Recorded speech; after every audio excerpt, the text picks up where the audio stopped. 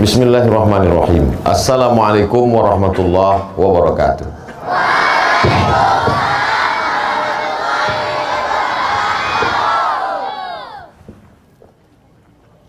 Kullu amrin dzibalin, semua amal yang baik walam yubda bihamdillah, kalau tidak dimulai dengan pujian kepada Allah, fahuwa aqta, maka amal itu putus, tidak bisa dibawa mati sebagai bekal menghadap Allah. Maka amal yang luar biasa ini kita awali dengan alhamdulillahi rabbil alamin. Setiap majelis kalau tidak disebut nama dia, maka majelis itu berubah menjadi antanajifah, majelis bangkai, busuk, berbau. Kita tak ingin majelis yang indah ini menjadi majelis bangkai, maka kita sebut nama dia. Allahumma salli ala Sayyidina Muhammad wa ala ali Sayyidina Muhammad. Anak raja memakai katun, duduk mengupas buah kuini. Saya tak lagi berpantun, sudah dihabiskan Ustadz Isfara ini.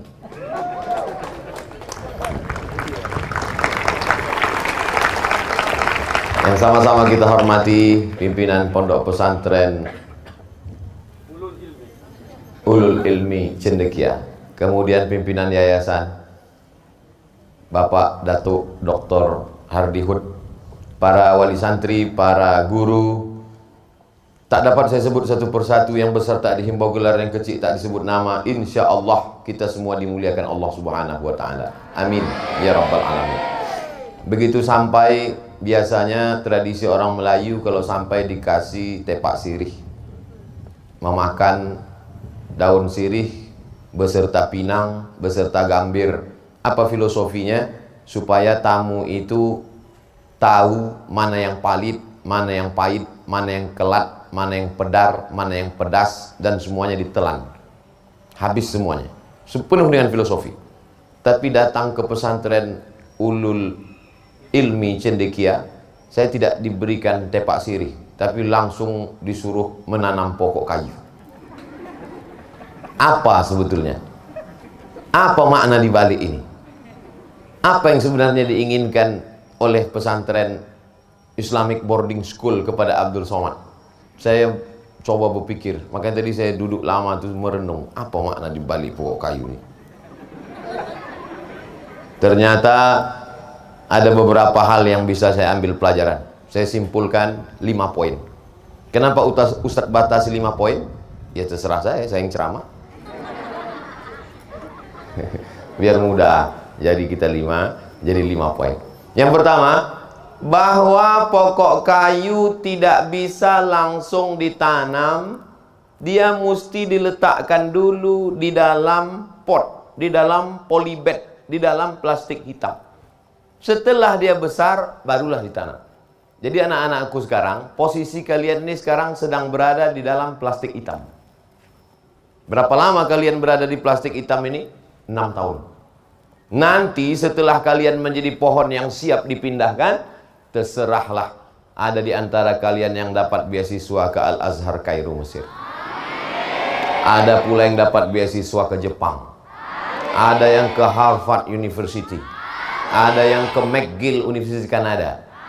Ada pula yang kerja di kapal tongkang. Tak ada yang mengaminkan satu pun. Memang dia di kapal tongkang, tapi seluruh kapal tongkang di Indonesia ini dia yang punya. Tadi tak ada mengaminkan. Artinya apa? Selama di dalam pot, di dalam polybag, dalam plastik hitam ini, sabar-sabarlah dulu nak. Karena di sini kau dijaga. Batang kayu belum cukup kuat. Kalau langsung diletakkan di situ, nanti kau akan tumbang, anginnya kencang. Maka disimpan dulu kau dalam pot supaya kuat. Karena ini di tempat ini anginnya kalau sudah malam kencang, lalu kemudian bisa patah. Banyak yang akan mengganggu. Datang wereng melobangi daunnya, datang pula ulat memakan akarnya, datang pula orang yang jahil mencuil rantingnya. Lalu yang paling jahat ini adalah ulat memakan pucuknya. Memang suka ulatnya makan pucuk. Sambil menyanyi pula tuh, pucuk, pucuk, pucuk. Paham apa yang Ustaz sampaikan nih kan? Soalnya orang kena panas ini, dehidrasi, kurang cairan, payah berpikir. Apalagi lalat-lalat besar-besar pula di Batam, mengaum dia di atas. Nah, oleh sebab itu maknanya adalah selama di sini kalian dijaga. Laki-laki dengan perempuan jauh. Ada tembok Berlin di antara kalian. Tak bisa pandang memandang. Kalau pandang sikit-sikit aja.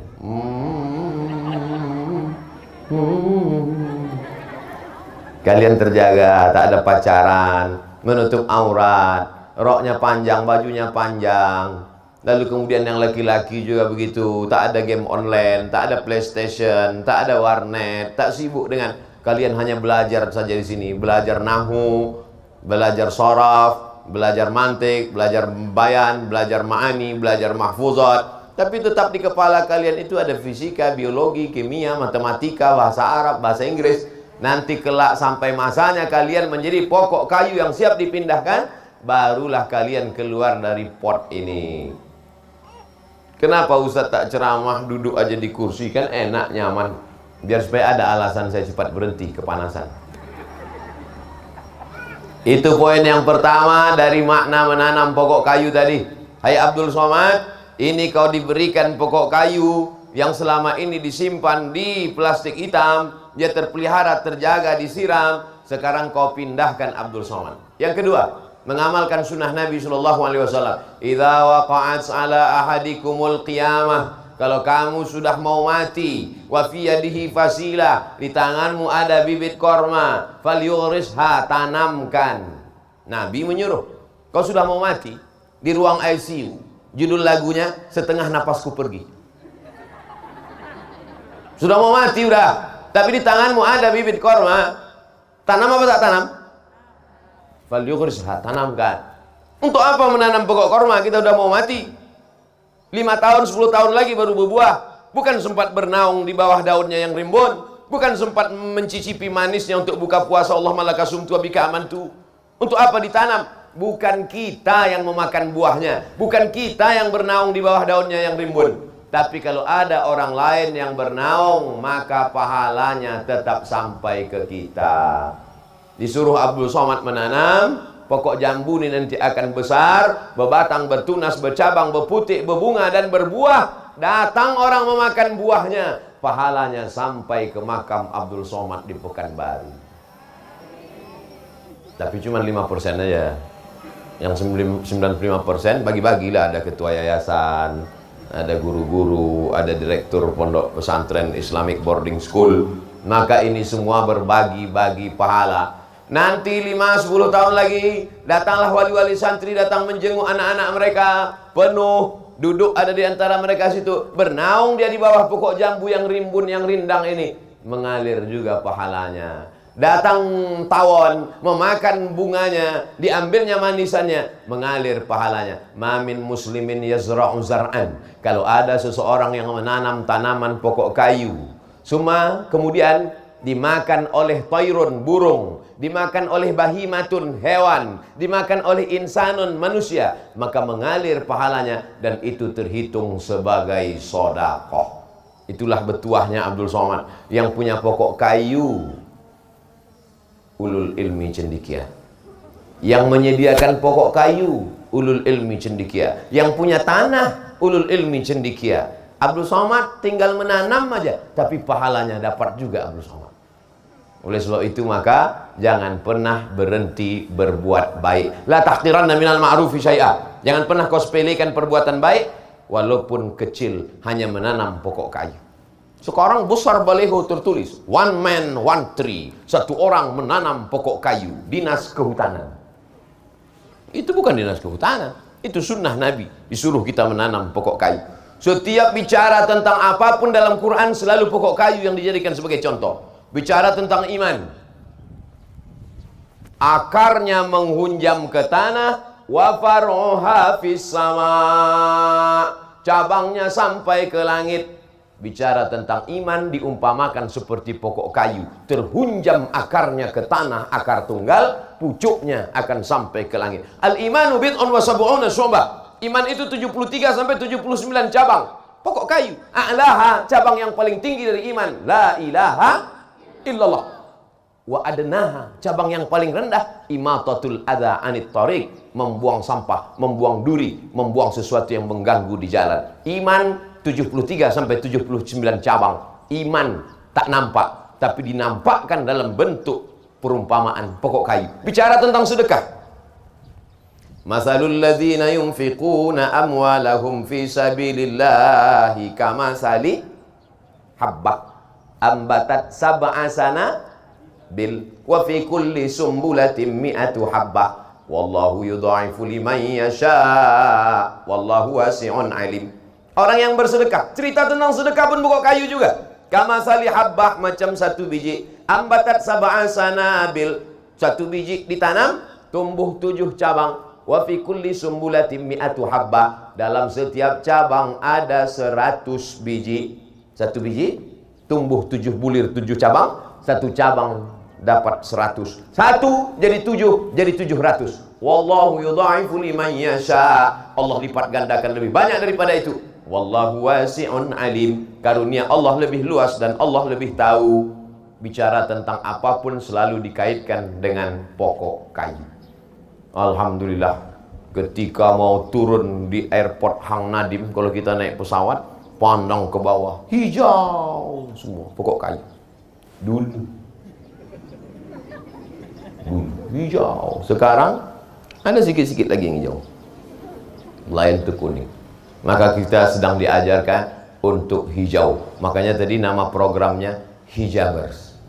Hijau, bersih, berbunga. Hijau. Mata kita ini memang mesti dijaga. Makanya kalau mau mata ini awet, sering-sering menengok yang hijau-hijau. Menengok pokok-pokok hijau. Bukan menengok perempuan berjilbab hijau.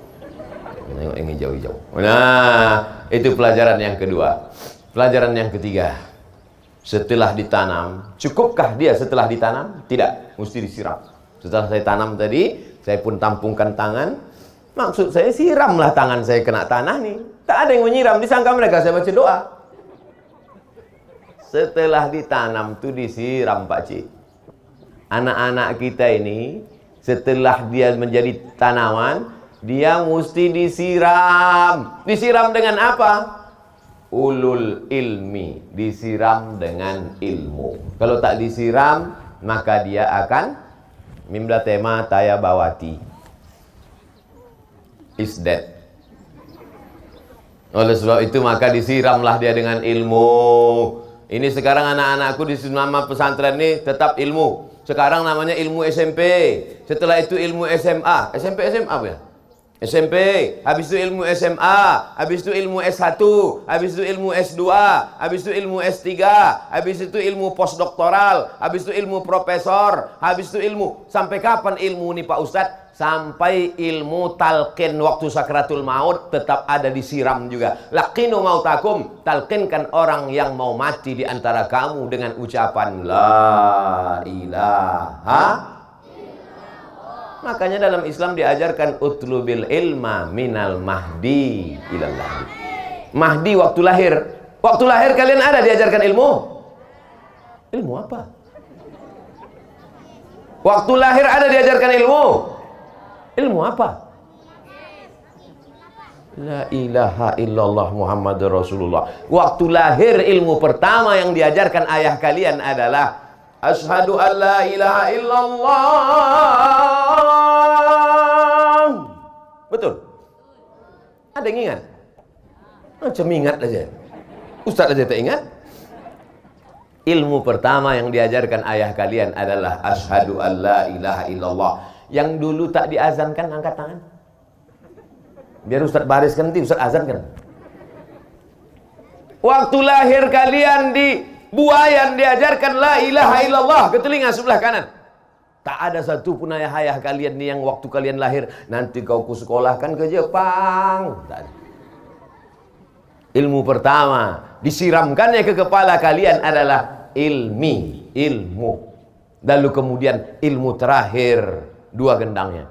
Kalau dia mati duluan, kita membisikkan ke telinga dia. Kalau anak mati duluan, ayah itu 2 kali.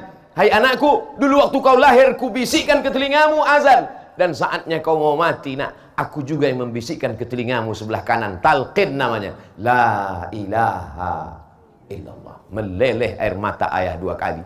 Pertama saat anak lahir, kedua saat anak ditalqinkan mau sakratul maut. Makanya kalau ada orang nampak sakit keras, bisikkan ke telinganya, la ilaha illallah. Tapi sakit keras, demam puyuh jangan. Ini baru bersin 2 kali, datang ibu tuh, la ilaha, belum lagi ke? Oh cepat aja aku kau mati gitu.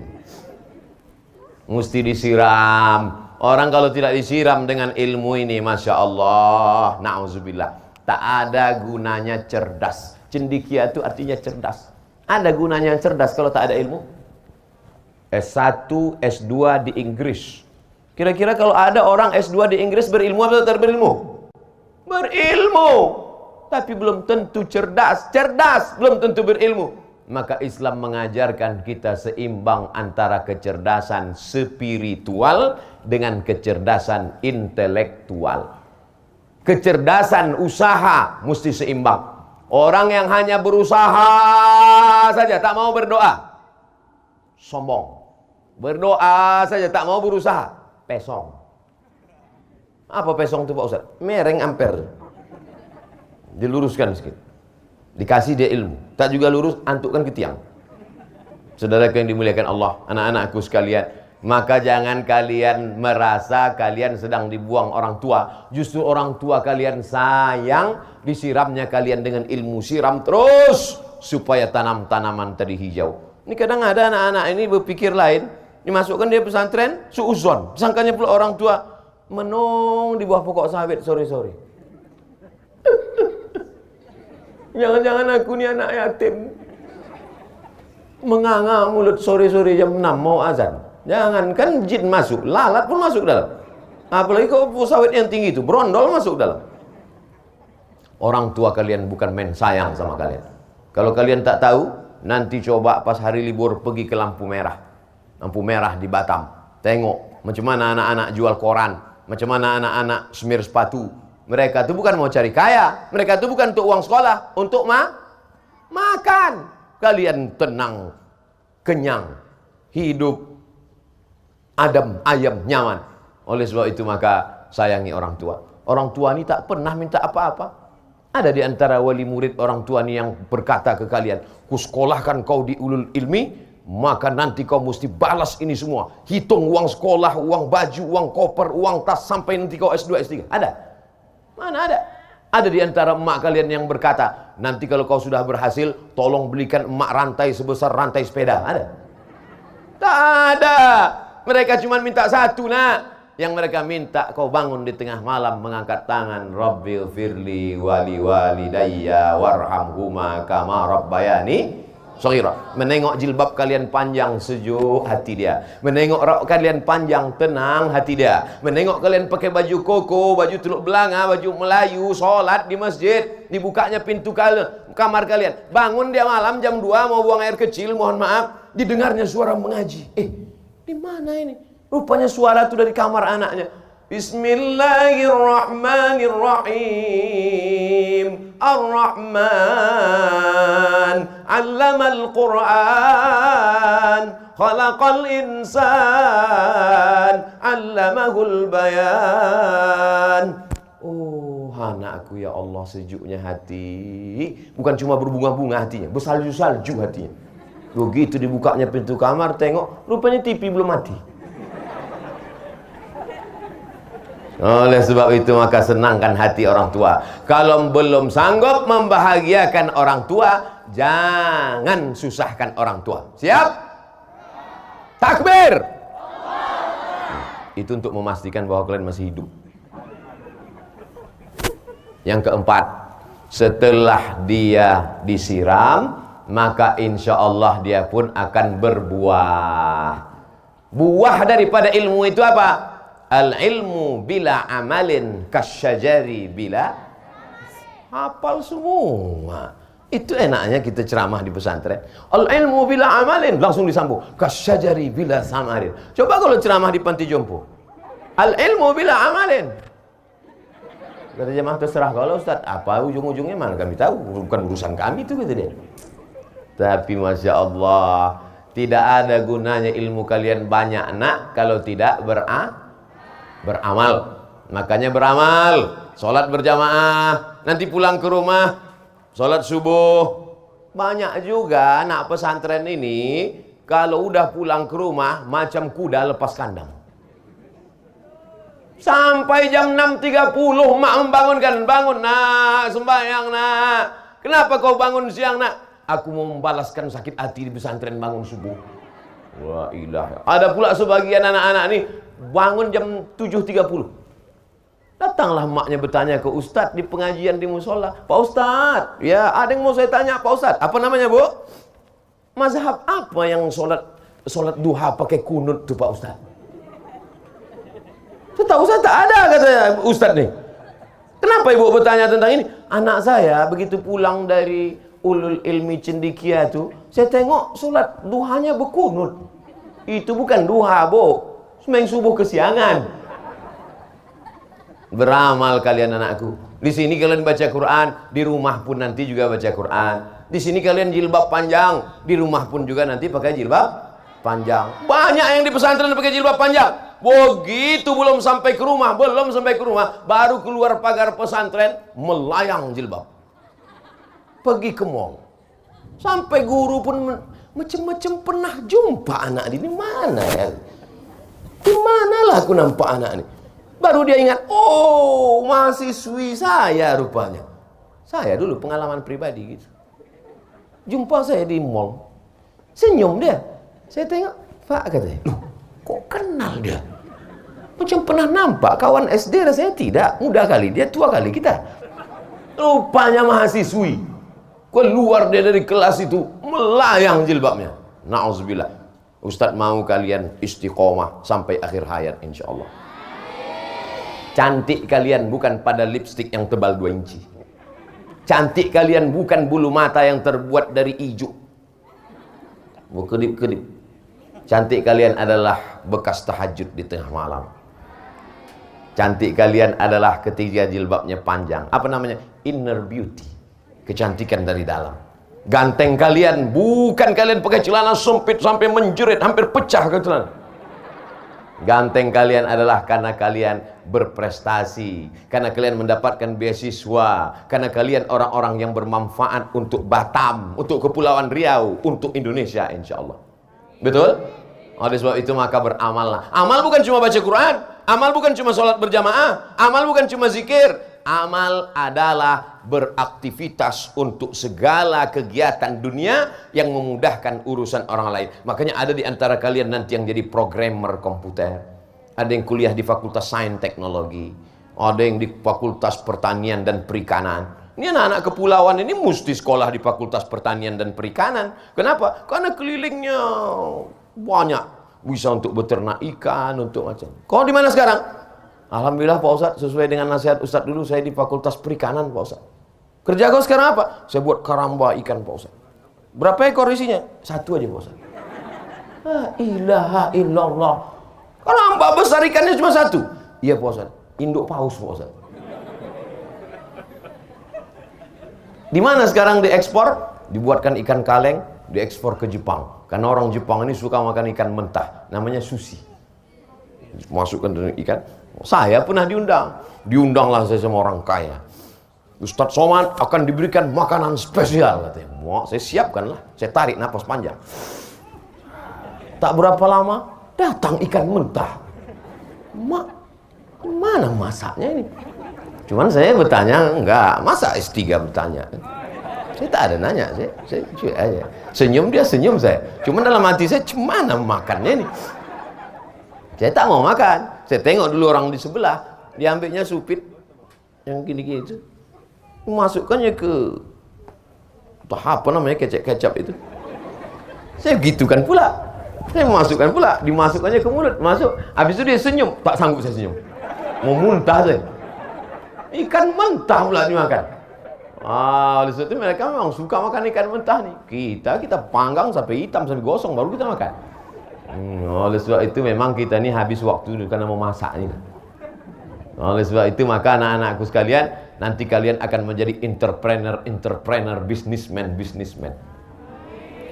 Udah berapa menit saya ceramah? Padahal maksudnya saya biar panas nih, biar agak kultum 5 menit aja tadi. Tapi karena semangat di depan santriwan santriwati ini, yang terakhir, yang kelima, berbuahlah dia sudah. Berbuah nanti kan? Tak ada yang yakin lah. Insya Allah. Tapi Datuk Hardi, Bang Hardi tak adil dia. Saya dikasihnya jambu, pas giliran dia mangga. Aduh. Anak-anak jujur, jangan jujur. Anak-anakku pilih jambu apa mangga? Mangga semua. Mangga semua, Bang. Terserahlah mau jambu mau mangga. Akan datang kalau disuruh lagi, ini pelajaran buat saya. Akan datang kalau saya pergi ke pesantren lain, Islamic boarding school, disuruh nanam, saya tanya dulu apa pokoknya. Ini tanam, kata orang tanam, rupanya punya wak jambu, punya dia mangga. Mau jambu mau mangga, bukan itu yang penting anakku. Yang penting ketika dikupas tak berulat. Untuk apa mangga berulat? Insya Allah mangga ini pun tak berulat juga. Karena kalau kita doakan mangga orang berulat, jambu kita tak berbuah.